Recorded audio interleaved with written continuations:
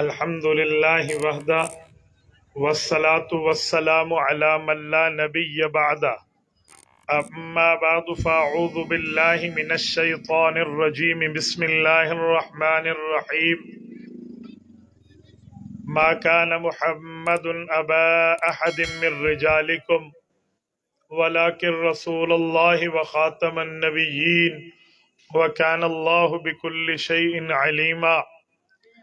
عن ابي هريرة رضي الله تعالى عنه قال قال رسول الله صلى الله عليه وسلم انا آخر الانبياء وانتم آخر الامم. رواه الامام الهمام البزار في مسنده. صدق الله العظيم وبلغنا رسوله النبي الامي الكريم ونحن على ذلك لمن الشاهدين والشاكرين والحمد للہ رب العالمین. عقیدہ ختم نبوت صلی اللہ علیہ وآلہ وسلم کا عنوان ہے ختم نبوت کا عقیدہ اور نظریہ کیا ہے. اس بارے میں ایک بات ذہن میں رکھیں، جیسے آپ کے اور ہمارے جسم میں چلنے والا خون اور روح کا معاملہ ہے، ویسے ہی عقائد کے اندر بنیادی عقیدہ عقیدہ توحید اور عقیدہ ختم نبوت ہے. اگر روح اور خون ہم سے جدا ہو جائے کبھی ہماری زندگی قائم نہیں رہ سکتی. ایسے عقیدہ توحید اور ختم نبوت ہٹ جائے بندے کی اسلام کی عمارت قائم نہیں رہ سکتی. تو اسلام کی بنیادی عبارت عقیدہ توحید اللہ تعالیٰ کے عقائد میں سب سے بڑا ہمارے لیے بہت بڑا عقیدہ ہے.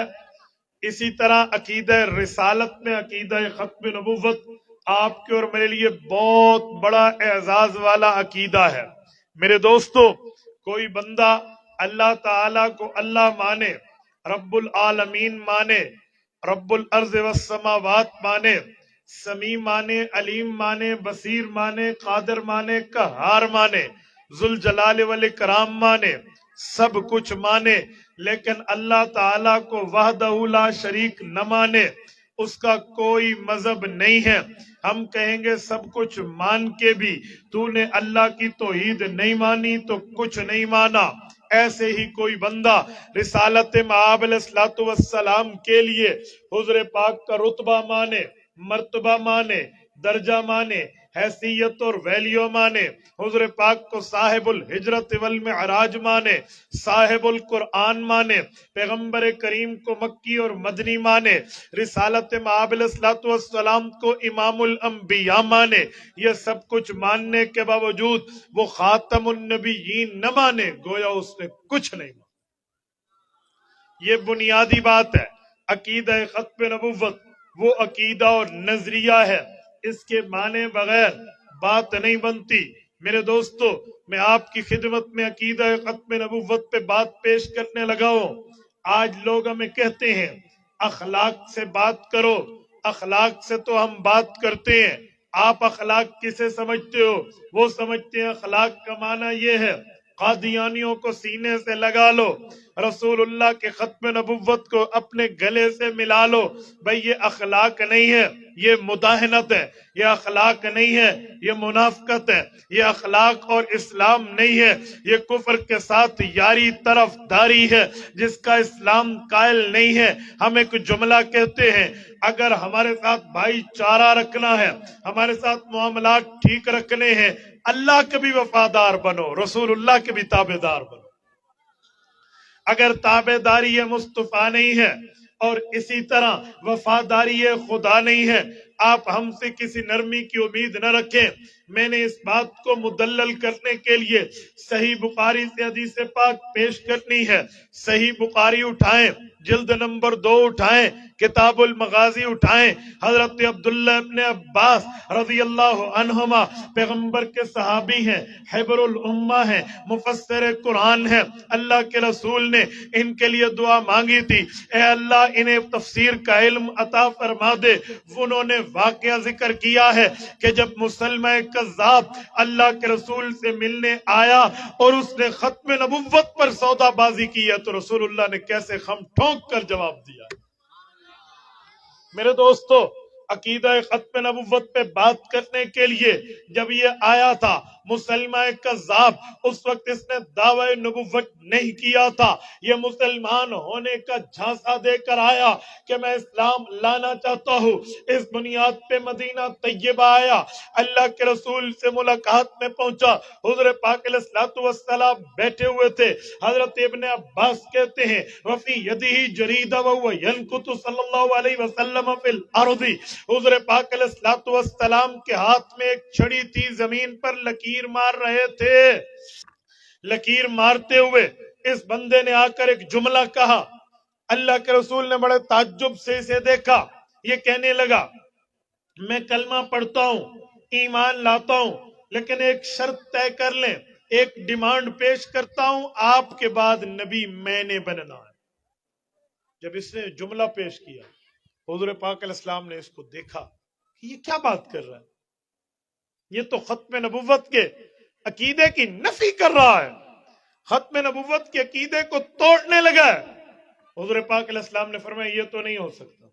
اس نے کہا اچھا پوری دنیا کا نبی نہ بنائیں، صرف مجھے اپنی قوم کا نبی بنا دیں، آپ کے بعد میں اپنی قوم کا نبی بنوں گا۔ حضور اقدس صلی اللہ علیہ وسلم نے ارشاد فرمایا مسلمان نبوت تو بڑی بات ہے، عقیدہ ختم نبوت وہ مدلل عقیدہ ہے، وہ مضبوط نظریہ ہے، اگر تم ایمان کے ساتھ یہ شرط لگاؤ کہ ختم نبوت کے عقیدے کو توڑو اور مجھ سے یہ صرف ڈنڈی مانگو، یہی چھڑی مانگو جو چھڑی میرے ہاتھ میں ہے، میں تمہیں یہ بھی نہیں دوں گا۔ میں ایک بات پوچھتا ہوں، یہ جو ہمیں کہتے ہیں اخلاق سے بات کرو، یہ تو گھر آیا مہمان تھا، حضور پاک علیہ السلام کے گھر آیا ہوا تھا، مہمان کے آداب اپنی جگہ، لیکن عقیدہ ختم نبوت کی اہمیت اپنی جگہ۔ حضور پاک علیہ السلام نے فرمایا یہ بھی نہیں دوں گا تو چھڑی مانگ، تو یہ ہے ختم نبوت پر مضبوطی۔ آج آپ ہمیں کہہ دیں ہم قادیانیوں کو برداشت کر لیں، آپ ہمیں کہہ دیں آپ قادیانیوں کو فلاں، جی نہیں، ایک بات طے ہے کہ وہ بھائی ہے ہمارا جو اللہ کا فرما بردار ہے اور رسول اللہ کا تابع دار ہے۔ اگر وہ اللہ کا فرما بردار، رسول اللہ کا تابع دار و حبدار و دلدار و وفادار نہیں ہے، ہم اسے اسلام کا غدار سمجھیں، اور غدار سے تعلقات کوئی وفادار نہیں رکھتا۔ غدار سے تعلقات کسی مسلمان کا پیش خیمہ اور معاملہ نہیں ہے۔ میرے ساتھیوں میں ایک بات مزید کرتا ہوں، صحابہ کرام نے عقیدہ ختم نبوت پر قربانیاں کتنی دی ہیں؟ اگر آپ اس عقیدے اور نظریے کی تفصیل دیکھیں تو حضرت ابوبکر صدیق کے دور میں اسی مسلمان نے یمامہ جا کر اعلان نبوت کر دیا تھا۔ بنو حنیفہ اپنی بستی میں، اپنی قوم میں، اپنے قبیلے میں اعلان نبوت کر دیا، اجی میں نبی ہوں۔ حضرت ابوبکر صدیق نے 3500 صحابہ کرام کا لشکر اس کے خلاف بھیجا، اور ان بھیجنے والوں میں، بھیجے جانے والوں میں حضرت برا بن مالک، حضرت انس بن مالک کے بھائی ہیں، حضرت عمر کے لاڈلے بھائی زید بن خطاب ہے، اور ان جانے والوں میں حضرت معاویہ بن ابی سفیان ہے، ان جانے والوں میں حضرت ابو دجانہ چوکیدار پیغمبر ہے، اور ان جانے والوں میں بڑے بڑے اجلہ صحابہ گئے۔ جب وہاں پہنچے اور مسلمہ کی وہ بزدل جو فوج تھی اس کے قدم ڈگمگا گئے، ان کی ٹانگیں کانپنے لگی، اور رسالت مآب علیہ الصلوۃ والسلام کے صحابہ سے ڈر گئے۔ وہ لشکر اندر گھسا اور قلعہ جا کر قلعے میں بند ہو گیا، اور اپنے قلعے میں ان لوگوں نے پہلے خوراک، اپنے کھانے پینے کی چیزوں کا ذخیرہ جمع کر رکھا تھا۔ اب دو راستے تھے، یا تو 2-3 مہینے بیٹھ کے باہر انتظار کرو کہ جب اندر کی خوراک یا ذخیرہ ختم ہوگا یہ لامحالہ باہر نکلیں گے، جب بھوک پیاس ستائے گی تو باہر آئیں گے تو مقابلہ ہوگا، تو 3 ماہ کون بیٹھے؟ دوسرا طریقہ تھا اور بڑا خطرناک راستہ ہے، ڈینجرس وے۔ وہ کیا راستہ ہے؟ وہ یہ ہے کہ ایک صحابی 2 صحابہ کو تیار کرو جو اس قلعے کے اوپر چھلانگ لگائیں اور اندر جا کر قلعے کا دروازہ کھول دیں۔ یہ کام بڑا مشکل تھا، بہت مشکل کام تھا۔ کیوں؟ قلعے کی دیواریں ایک تو بہت اونچی تھی، دوسرا جب کسی کو چڑھانے کے لیے اوپر بھیجیں گے تو پہرہ دار اس پر تیر مارے گا، وہ نیچے جائے گا تو اندر والے تلوار سے اس کا کام تمام کر دیں گے، دنیا کی زندگی ختم. کیا کیا جائے، معاملہ کیا ہو؟ تو اس کے لیے صحابہ کرام تیار ہوئے ہیں. ایک روایت میں حضرت زید بن خطاب حضرت عمر کے چھوٹے بھائی نے کہا میں کروں گا. امام ابن کثیر فرماتے ہیں حضرت برا بن مالک یا انس بن مالک کے بھائی ہیں، بڑے بھائی ہیں، 4 بچوں کے باپ ہیں. اس نے کہا میں اندر چھلانگ لگاؤں. اور یہ مدینہ طیبہ سے 1000 کلومیٹر سفر کر کے آئے ہوئے تھے. اللہ تعالیٰ آپ کو سعودی عرب لے جائے، مدینہ طیبہ لے جائے. آپ کبھی جائیں اور وہاں جا کے دیکھیں کہ وہاں سے یمامہ کتنا دور ہے. مدینہ طیبہ سے ریاض 1000 کلومیٹر کے لگ بھگ ہے، capital of the kingdom of سعودیہ، سعودیہ کا دارالخلافہ. اس سے بھی کوئی 100 کلومیٹر دور ہے مشرق کی طرف، جسے یمامہ کی بستی کہتے ہیں. آج آپ وہاں جائیں، صحابہ کرام کی قبور موجود ہیں اور وہ آپ کو اور مجھے ختم نبوت کے تحفظ کا درس دے رہے ہیں. حضرت برا بن مالک نے کہا میں تیار ہوں. صحابہ نے نیزوں کے ساتھ نیزے باندھے، لمبے لمبے نیزے ہوتے تھے، 3 4 نیزے باندھے اور مضبوط قسم کا بڑا سا بانس کی شکل کا بنا دیا اور ان کو ڈھال کے اوپر بٹھایا، ڈھال کے نیچے نیزوں کی ٹیک دی، او جا کر اوپر لے گئے اور دیوار پر ان کو چڑھا دیا. جب دیوار پہ چڑھے کافر تو نیچے سے جمع ہو گئے. وہ کہتے ہیں نا آتش نمرود میں کود گیا عشق. حضرت ابراہیم علیہ السلام نے نہیں دیکھا تھا نمرود کی آگ کی طاقت کتنی. ابراہیم علیہ السلام نے نہیں دیکھا تھا نمرود کی آگ بھڑکتی کتنی ہے. ابراہیم اللہ کا عاشق تھا، اس نے کہا اللہ کی رضامندی کے لیے قبول ہے تو یہ جا رہا ہوں آگ. اور رب نے کیا حکم فرمایا؟ قلنا یا نار کونی بردا وسلاما علی ابراہیم. اے آگ تو نے ٹھنڈا ہو جانا ہے. کس پر؟ ابراہیم علیہ السلام پر. اور ٹھنڈی ہوئی. روایات تفسیر میں ہے کہ رب کریم نے 2 لفظ فرمائے ہیں، یا نارو کونی بردم و سلامن. بردن کہتے ہیں آگ ایسے ٹھنڈی ہو جائے جیسے برف. کہا رب اتنا بردن فرماتے تو وہ آگ برف ہو جاتی، لیکن رب نے فرمایا سلامتی والی. صرف برف نہیں ہے کہ ابراہیم کو تکلیف ہو، سلامتی والی. نارمل موسم ہو تو وہ ایک اے سی کی طرح کولنگ پوائنٹ بن گیا. بردم و سلامن علی ابراہیم. حضرت ابراہیم اس میں کود گئے، نہیں دیکھا معاملہ. وہ جانے، رب جانے اور رب کے کام جانے. عشق یہ تھا ابراہیم کا. تو یہاں حضرت برا بن مالک ہے، انہوں نے بھی رسول اللہ کی ختم نبوت کے تحفظ کے لیے اندر چھلانگ لگا. کافروں کے جمگٹھے میں وہ تلواروں سے اوپر پڑ گئے، لیکن محمد کریم علیہ التحیت و تسلیم کے اس وفادار غلام نے ان کافروں کو چکمہ دے کر بچتے ہوئے، زخم کھاتے ہوئے، تکلیف دیتے ہوئے دروازے تک پہنچے اور دروازہ کھول دیا. دروازہ کھولنے کی دیر تھی، رسول اللہ کے صحابہ اللہ کا قہر بن کے ان کافروں پہ ٹوٹ پڑے اور ان کو وہ کلا کما کیا کہ رہتی دنیا تک مسلمہ کذاب کی ذریت پیغمبر کے صحابہ کے روب و دبدبے کو یاد کر کے کانپتی رہے گی. رسول اللہ کے صحابہ پہنچے. حضرت وحشی بن حرب کہتے ہیں رضی اللہ عنہم کہ جس وقت میں کافر تھا، کلمہ پڑھنے سے پہلے میرے مالک اور میرے آقا جو میں جس کا غلام تھا، اس نے میری ڈیوٹی لگائی کہ رسول اللہ کے چچا حضرت حمزہ رضی اللہ تعالیٰ کو تو نے قتل کرنا. تو کہتے ہیں میں نے حضرت حمزہ کو برچھا مارا تھا، وہ شہید ہو گئے. حضور پاک علیہ الصلوۃ والسلام کو بہت غم لگا. رسالت مآب علیہ السلام اس پر اتنے خفا تھے کہ اس کا اندازہ نہیں لگایا جا سکتا. جب حضرت وحشی بن حرب ایمان لانے کی باری آئی، دل میں ایمان گھر کر گیا، کلمہ پڑھا، حضور پاک کے پاس آئے، رسالت مآب علیہ الصلوۃ والسلام سے کلمہ پڑھ کے مسلمان ہوئے تو حضور نے فرمایا وحشی تیرا ایمان قبول ہے، تو مسلمان بن گیا، تو صحابی بن گیا، تو اپنا بن گیا، دائرہ ایمان میں آ گیا. لیکن ایک بات میری مان، خیال رکھنا میرے سامنے نہ بیٹھنا، مجھے چچا یاد آ جائے گا، میرے پیچھے بیٹھنا. حضرت وحشی کہتے ہیں یہ بات میرے لیے کوئی گویا کہ سزا سے تو کم نہیں تھی نا. ہائے میں کیا کروں. کہتے میں یوں ہی رہا، لیکن دل میں سوچتا تھا اللہ کوئی ایسا موقع آئے کہ کوئی کافروں کا بڑا سورما ہو، وہ بھی میرے ہاتھوں سے قتل ہو، تاکہ کل قیامت میں اپنے نبی کا سامنا تو کر پاؤں، حضور پاک کی خدمت میں یہ بات تو عرض کر پاؤں کہ یا رسول اللہ، اگر بڑا مسلمانوں کا شخص میرے ہاتھوں سے حالت کفر میں گیا ہے تو میں نے اس کا کفارہ اس کافر اعظم کو مار کر دیا۔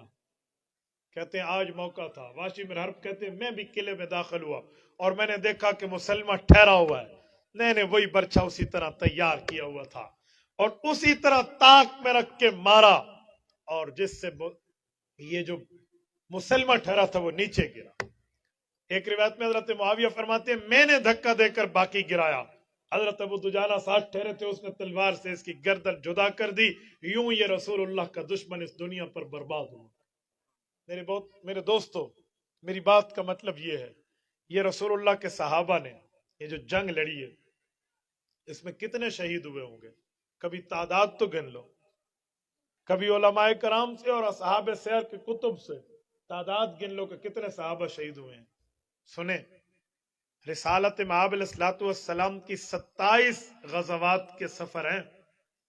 غزوہ اس سفر کو کہتے ہیں جس میں حضور خود شریک ہوں، اور 400 سریات صحابہ نے لڑے ہیں۔ سریہ اس جنگ کو کہتے ہیں جس میں حضور صحابہ کی تشکیل کر دیں، خود نہ جائیں۔ تو 427 جنگیں بنتی ہیں صحابہ اور پیغمبر کی، اس میں کل 448 450 کے لگ بھگ مسلمان صحابہ شہید ہوئے ہیں، کل 450۔ لیکن جو ختم نبوت کی جنگ حضرت ابوبکر کے دور میں مسلمہ سے بنی حنیفہ یمامہ کی بستی میں لڑی گئی، اس میں پیغمبر کے صحابہ کے شہداء کی تعداد 1200 ہے۔ 1200 صحابہ کرام آج تک دور نبوی سے لے کر دور صحابہ تک کبھی شہید نہیں ہوا۔ 1000 کا فیگر چھوڑو، 500 کا فیگر پیغمبر کے صحابہ کرام کا پورا نہیں ہوا، لیکن یہاں 1200 صحابہ شہید ہیں، جن میں 700 قرآن کریم کے قاری ہیں، جس بنیاد پر علماء سے آپ سنتے رہتے ہیں کہ 700 قرآن کے قاری شہید ہوئے، تو جو قرآن گتوں میں لکھا ہوا تھا، پتوں پہ لکھا ہوا تھا، ورق پہ لکھا ہوا تھا، چمڑوں پہ لکھا ہوا تھا، اس کو اکٹھا کرنے کے لیے ابو بکر صدیق نے جمع قرآن کی کمیٹی بنا دی، وہ 700 قاری شہید ہوا۔ یہ 700 قاری انہی 1200 میں ہے۔ آپ یمامہ کی بستی میں جائیے، میں نے تبھی آپ کو دعا دے کر کہا کہ اللہ آپ کو مدینہ لے جائے، اللہ آپ کی برکت سے ہمیں بھی لے جائے، اللہ اس میں رکاوٹیں ختم فرمائے، عافیت کا سفر عطا فرمائے۔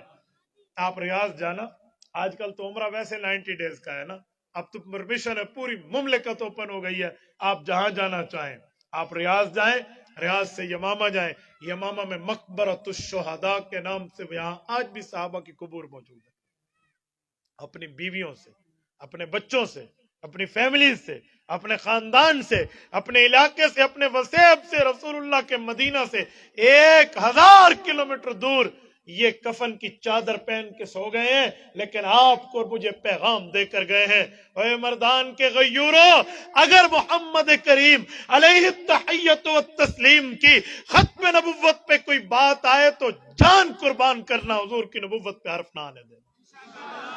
یہ آپ کو اور مجھے پیغام دے کر گئے۔ میرے ساتھیوں، یہ ہے عقیدہ ختم نبوت۔ اور سنو، دور ابو بکر کا ہے۔ آپ جمعہ کے خطبے میں اپنے علماء خطبہ سے حدیث پاک سنتے ہیں، مولوی جمعہ کے خطبے میں ممبر پہ کھڑے ہو کے عصا اپنے ہاتھ میں پکڑ کے حدیث سناتا ہے، ارحم امتی بی امتی ابو بکر۔ ہے حدیث یا نہیں ہے؟ کیا مانا؟ فرمایا لوگوں، پوری امت میں سب سے زیادہ جس کے دل میں نرمی شفقت ہے تو وہ ابو بکر صدیق ہے۔ گویا ترازو کے ایک پلڑے میں پوری امت کے اولیاء، اتقیاء، اصفیاء، محدثین، مفسرین، علماء، فقہاء، رحماء، ان سب کے قلوب کی نرمی ایک پلڑے میں رکھ دو، ترازو کے دوسرے پلڑے میں اکیلے ابو بکر کی نرمی سب پر بھاری ہو جائے گی۔ اتنا نرم ہے۔ یہ نرم نے 1200 صحابہ کی قربانی ختم نبوت پہ دی ہے۔ ابھی تو حضرت عمر فاروق کا دور نہیں تھا۔ آپ اندازہ لگاؤ، آج آپ اور ہم ایک جملہ سنتے ہیں، جی نرمی کر لو۔ کیا نرمی کر لیں؟ میں رسول اللہ کے غدار کو سینے سے لگا لوں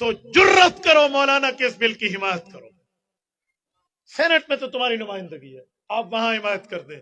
جلسے جلوس تو تمہاری یہ وہ فلاں فلاں ہو رہے ہیں، لیکن مجال ریاست مدینہ کے اس مستری کی زبان سے ایک جملہ اس بل کے خلاف نکلا ہو، ایک جملہ نکلا ہو. زبانیں گونگ ہو گئی ہیں، بات نہیں کر سکتے. کیوں؟ اپنا دادا برطانیہ، اپنا باپ امریکہ ان سے ناراض ہو جائے گا، اور امریکی ایجنٹ کا تانا کسی اور کو دیتے ہو. دنیا جانتی ہے گدھا گدھا ہوتا ہے، شیر شیر ہوتا ہے، اور کبھی شیر کی کھال گدھا پہن لے تو وہ شیر نہیں بنتا. آپ ہمارے مقابلے میں بات کرتے ہیں. میرے اکابرین کی تاریخ ہے، میرے اکابرین کا روشن ماضی ہے.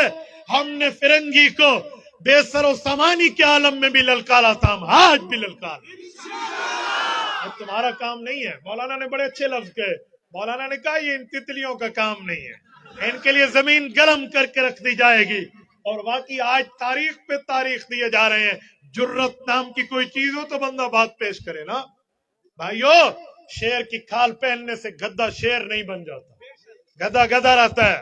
اس کو عربی زبان میں ایک شاعر کہتے ہیں فسوف ترا اذا انکشفت الغبار افرس تحت رجلک ام حمار، کہ ابھی تو غبار ہے، گرد غبار ہے، ابھی پتہ نہیں چلتا، غبار ہٹنے دو پتہ چلے گا تم گدھے پہ سوار تھے یا گھوڑے پہ سوار تھے.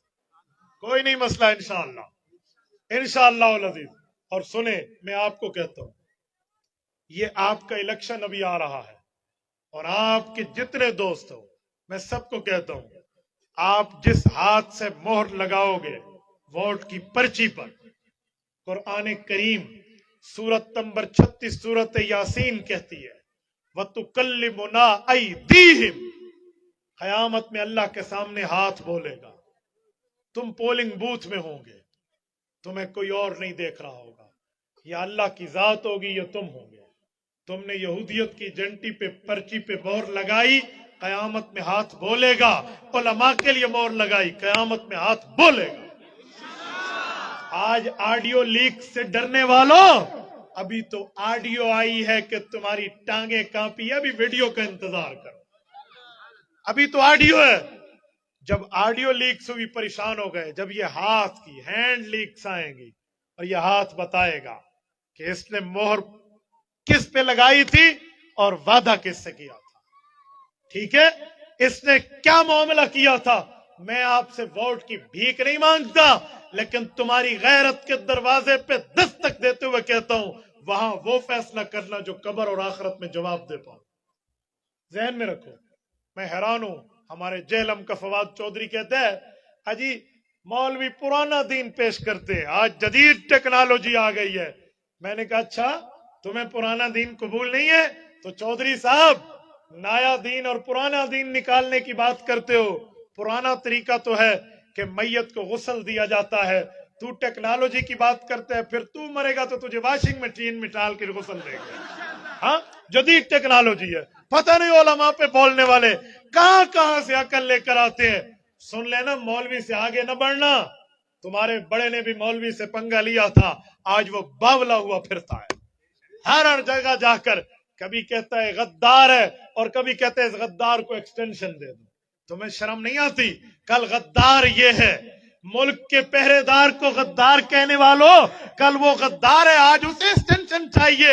اے بلی کے خواب میں چھچڑے ہوتے ہیں، حقیقت میں کچھ نہیں ملتا. تم یوں روتے رہو گے، مچلتے رہو گے، تڑپتے رہو گے، آنسو بہاتے رہو گے، اور مولوی انشاءاللہ لاج کرتا رہے. اور میں ایک بات کرتا ہوں، سنو. کوئی لاکھ روٹھے، ہزار بگڑے، غضب میں آئے یا تل ملائے. کوئی لاکھ روٹھے، ہزار بگڑے، غضب میں آئے یا تل ملائے، کسی کے روکے حق کا پیغام کب رکا تھا جو اب رکے. اقول قولی ھذا واستغفر اللہ وآخر دعوانا ان الحمد للہ رب العالمین.